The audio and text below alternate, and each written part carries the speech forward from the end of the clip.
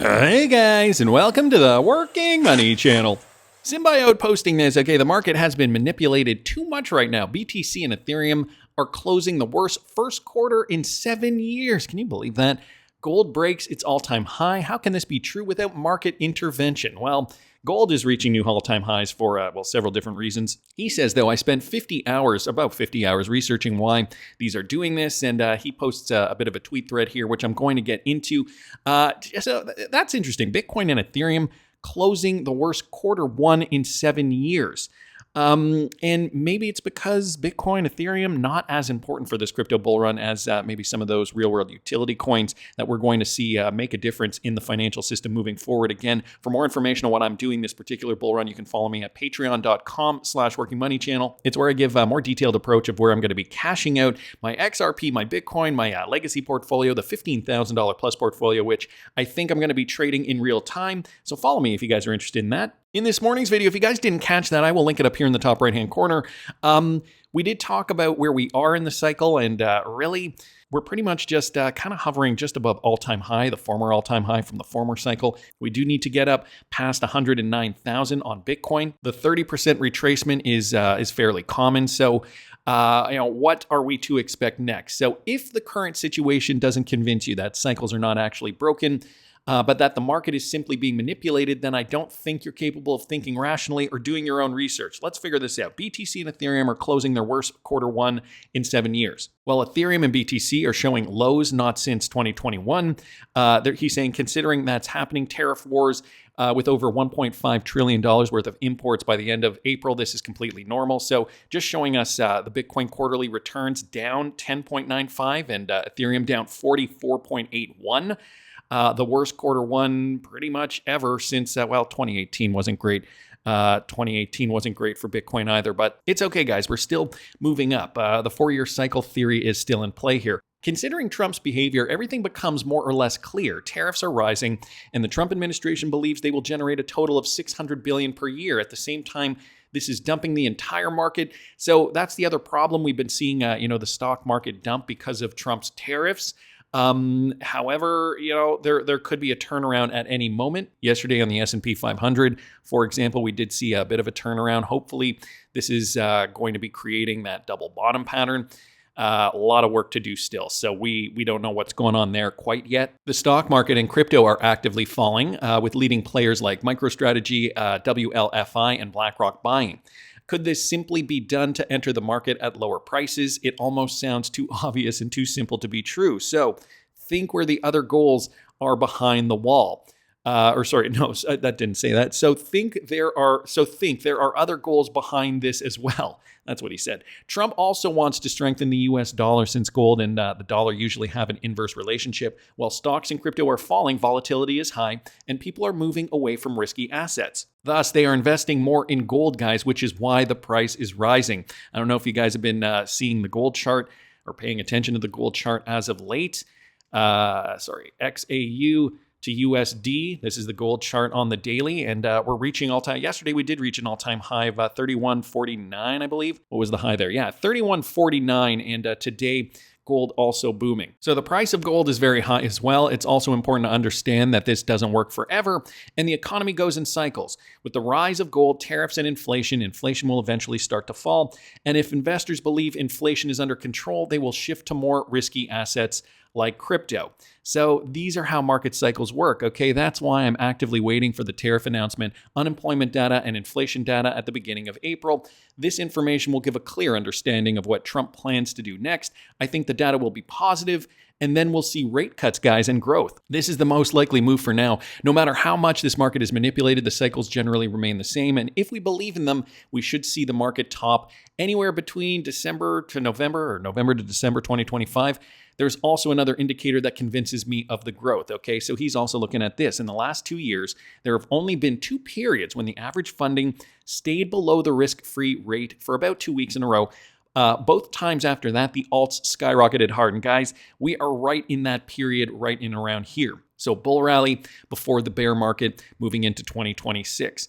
Now the third such period has been recorded. So it's very hard to stay in the market right now. I get it. As many are leaving due to FOMO, thinking the top has already been reached and they need to close positions.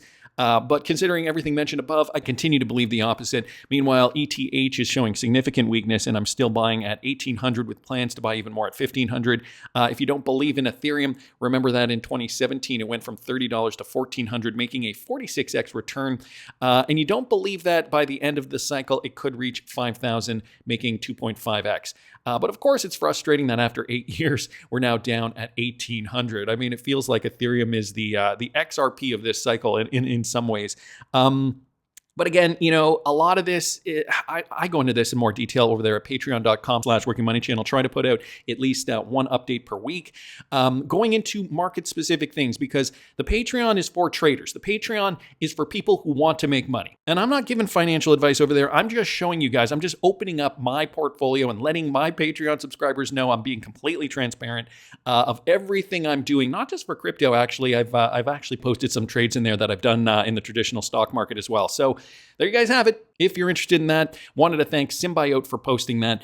Vincent Van Code also commenting on the market. This is another interesting thing that I wanted to mention with regards to XRP to BTC dominance. He seems to think that it's manipulated, understanding why XRP pumps are squashed and then notice large spikes in BTC. I'm not going to go over this in too much detail, but if you look at XRP to BTC, on the price chart, and I'm going to I'll leave it on the daily. You can see over time, Bitcoin pumps are squashed. We don't generally see this kind of trend here where we see a pump and then go down and pump again, then come back down. And so, this is what we're noticing at the moment. Vincent Van Code, though, he's attributing it to whales with billions of dollars in BTC just playing games, essentially. So, you think all those Bitcoin guys that have been accumulating Bitcoin for years and years and years since 2009, 2010, 2011, and they see XRP as a threat. Well, they have the power to pump XRP, then dump XRP. Unfortunately, at least this is what this theory suggests. I don't know, but it sure looks that way. He says, I have seen other pumps and dumps with similar patterns, which actually drives XRP to BTC lower than prior to pump. So who knows? But remember, guys, BTC whales could have billions of dollars in BTC, which they got for practically nothing, and happy to play the games to keep other competitors at bay. So just another theory there. If you guys are interested in the theories, wanted to thank Vincent Van Code for posting that. I also just wanted to mention quickly, guys, that I did launch the Working Money Channel merch store a few days ago, a brand new merch store, and I'm offering 20% off because it's tax season. So for the entire month of April, you guys can, I don't know, if you're interested, get a Bearable Guy beer stein for 20% off. Just one of the products offered at my store. Gonna keep moving along, though. Nubank has launched Kaexhinha Turbo to enable clients to save money. Nubank, for those of you guys who do not know, funded by Berkshire Hathaway, or rather not funded by, but they do have a stake in Nubank. They do own a portion. Nubank is also a Ripple partner. They just announced the launch of this Turbo solution developed to allow their clients to save money with the benefit of security and immediate liquidity. So running on the XRP ledger, right? Immediate liquidity, obviously leveraging DLT technology to do that. Following this announcement, the solution is set to be made available gradually with a focus on customers and clients who will be given the opportunity to improve their financial lives. Kaexhinha Turbo was developed in order to recognize the value in those who concentrate their finances on Nubank, as users are expected to receive an in-app notification with explanations on how to activate it to see the money yield on their first business day. So helping, the retail end user to actually see their investment grow, or at least to see how their money can move around. In addition, the company will continue to focus on meeting the needs, preferences, and demands of their clients and users in an ever-evolving market while prioritizing the process of remaining compliant with the regulatory requirements and the laws of the industry as well. Down here it says, according to the official press release, eligible Roxyho clients will be notified by the application gradually and will be enabled to contribute any amount to Kaexhinha Turbo. At the same time, new cell users who already have the Turbo box with 120% of the CDI will also be enabled to activate this benefit and keep the Turbo boxes simultaneously. So it looks as though Nubank's partnerships do extend there as well. And I'm wondering here if their partners also have the benefit of leveraging the XRP ledger. I guess we still have to look into this. Anyway, just thought I'd bring that to your attention. Ondo Finance also bringing us some new news, guys, with regards to their company. Stocks are coming on chain now. Ondo is one of the more recent Ripple partners, tokenizing everything, really delving into real-world asset tokenization on the blockchain. And so Ondo Finance, rooted at the intersection of TradFi and DeFi, is building the infrastructure to enable stocks to come on-chain and work seamlessly with crypto via Ondo Chain and Ondo Global Markets. So here are some of their the capital market layers. Okay, we've got Ondo here right at the center, and some of the layers include Ethereum, Solana, Sui, Layer 0, Apt, and the XRP ledger, of course. They're offering permissionless yield-bearing, composable 24/7 access and DeFi utility, and they're looking to really target the institutional players, right? Deep liquidity, institutional grade security, regulatory compliance, bankruptcy, remoteness, and real-world backing. And some of their partners, guys, already Ripple partners like MasterCard. We've got BlackRock in there. Franklin Templeton does also have a connection to Ripple. We've got PayPal, Wisdom Tree, a Ripple partner, and Wellington Management. And so it is important to understand how important this is and where this could go in the coming years. So the real-world asset industry is valued at an astonishing $16 trillion by the year 2030. And I personally think that that could be a bit conservative. So this is from Crypto Reviewing here. He says this: real-world assets are the tokenization of real estate, bonds, and other financial assets. So we've talked about this: fractional ownership, yield, liquidity, tokenization. And Larry Fink even talked about this in this particular video clip. I mean, he's mentioned it in many different videos. I did a video just yesterday where Larry Fink did draft a letter to investors talking about how tokenization is basically the thing that they should be focused on at the moment. If you guys didn't catch that video, I will link it up here. But when we enter Ondo and Ondo Finance, okay, this is an institutional grade real-world asset finance platform offering earning opportunities, asset management, and tokenized financial products. So what makes Ondo Finance unique? Well, Ondo specializes in tokenizing real-world assets, for example, tokenizing U.S. treasuries and making them accessible on-chain. So, in the past, you'd have the traditional way of purchasing a U.S. treasury. You have all the paperwork, you have several middlemen behind desks, writing up the papers, and you have to sign them, whatever the process was back then. But here, guys, you can do this all pretty much within seconds, all on the blockchain, and it's immutable, and it's transparent for everybody to see, right? Everybody can see all those transactions right away. Ondo offers two main products backed by real yield. Those are the Ondo short-term U.S. government bonds and utility of stablecoins with safe daily yield. So they're also offering a stablecoin with daily yield. The network stats are incredible: 10 supported chains, 50 products integrated, 80% yield coin market share, and 997 million total in locked value. And I think that's only going to rise. Ondo are associated with the very best: BlackRock, Coinbase. As you guys can see, they are integrated with traditional financial industry giants like MasterCard as well.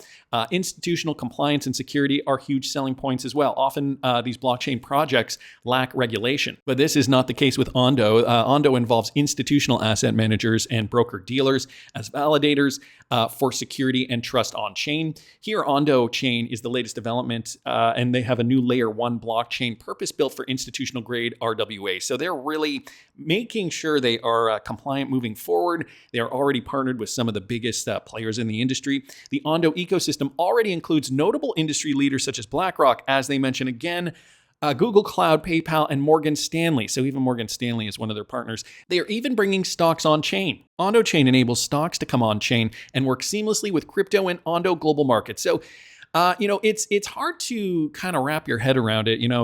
Especially if you come from the traditional space, you're thinking, oh, well, but the stock market, it's one thing and it has to be here and you can't integrate real estate with that. Well, this is opening up the financial game for everybody to play. If you can tokenize everything on chain, that means that theoretically, if you own, you could, okay, so let's first think about fractionalized real estate. You can own a building, let's say, or a property with two other people. So you can, divide it up 33.3%, and each of you guys owns 33.3%. And let's say, you want to take your 33% share and you say, well, now I don't really care so much about this investment. I want to now buy gold with 25% of my 33.3%.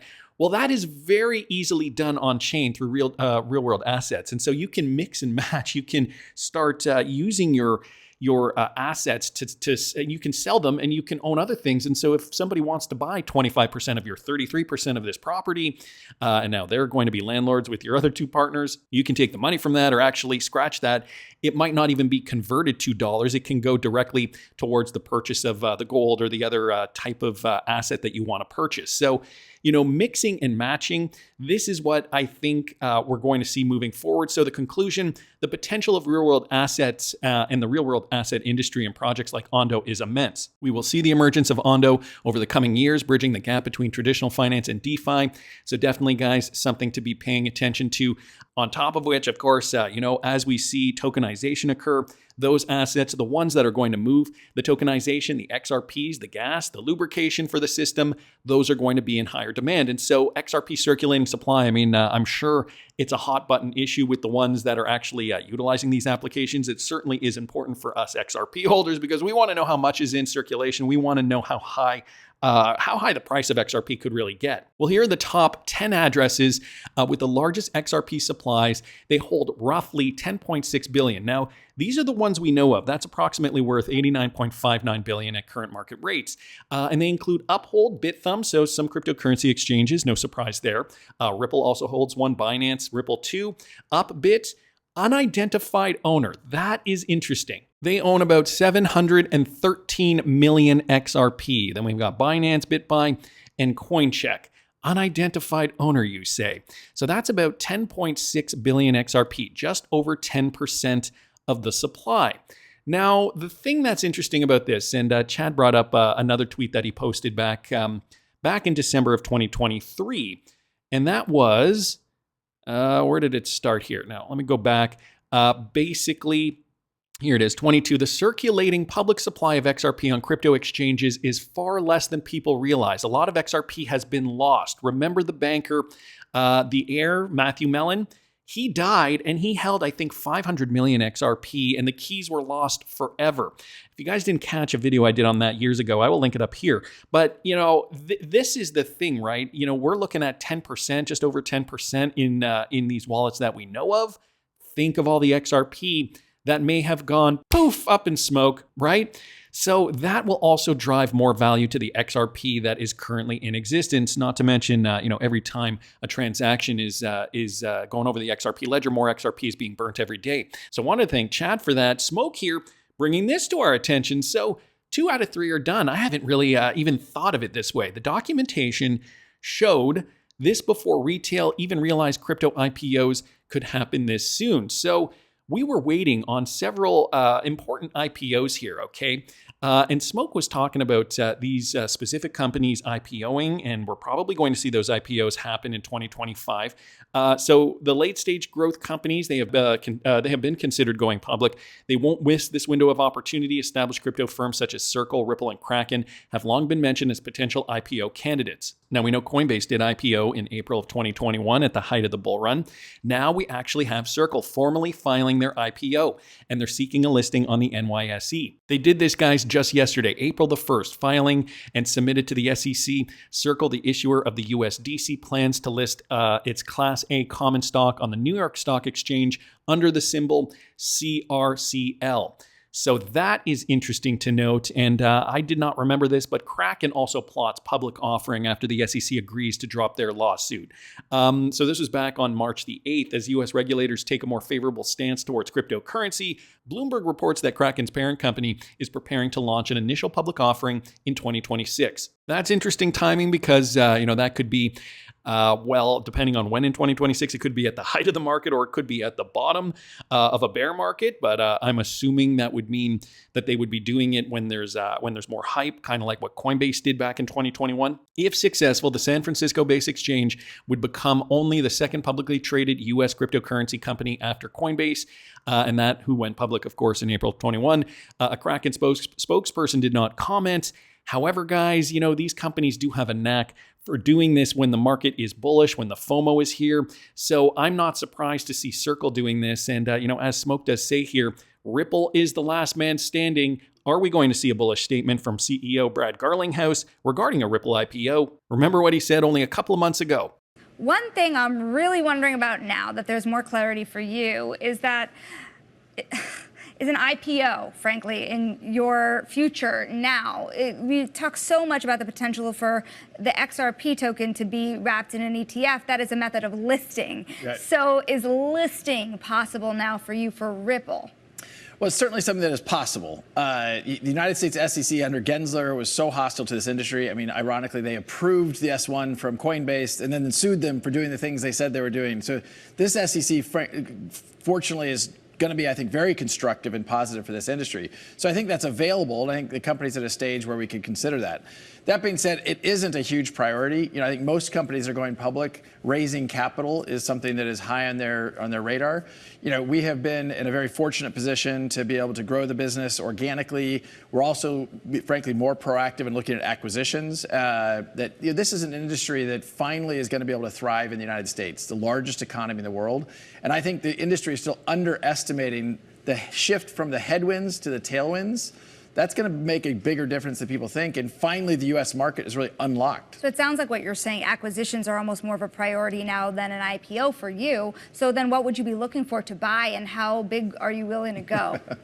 Well, I'm not going to name names, but look, Ripple at its core is a blockchain infrastructure company. We sell our technologies to business, primarily financial institutions, and we'll look at other things that are blockchain infrastructure companies. I think there will be consolidation this year. There's a lot of excitement about some of the changes, and we will lean into that for sure. So unfortunately, we're not really getting a straight answer from Brad Garlinghouse. Maybe they're looking to acquire more companies before launching an IPO. I mean, Ripple certainly doesn't need the money, but it would be a strategic decision. It certainly would get investors really excited. XRP holders as well, I think. Really, guys, though, it would just result in a FOMO pump. The real world utility is where the action's going to be. And we're there. We're right on the precipice. That's just my opinion. And for more information and more insight on what I'm doing, I'm opening up my portfolio, letting my Patreon subscribers in on my trading journey. Follow me at patreon.com/workingmoney channel for that information. And please subscribe to this channel if you haven't already. Like the video if you like the content I'm providing. I always love hearing your comments. See you in the next one, guys.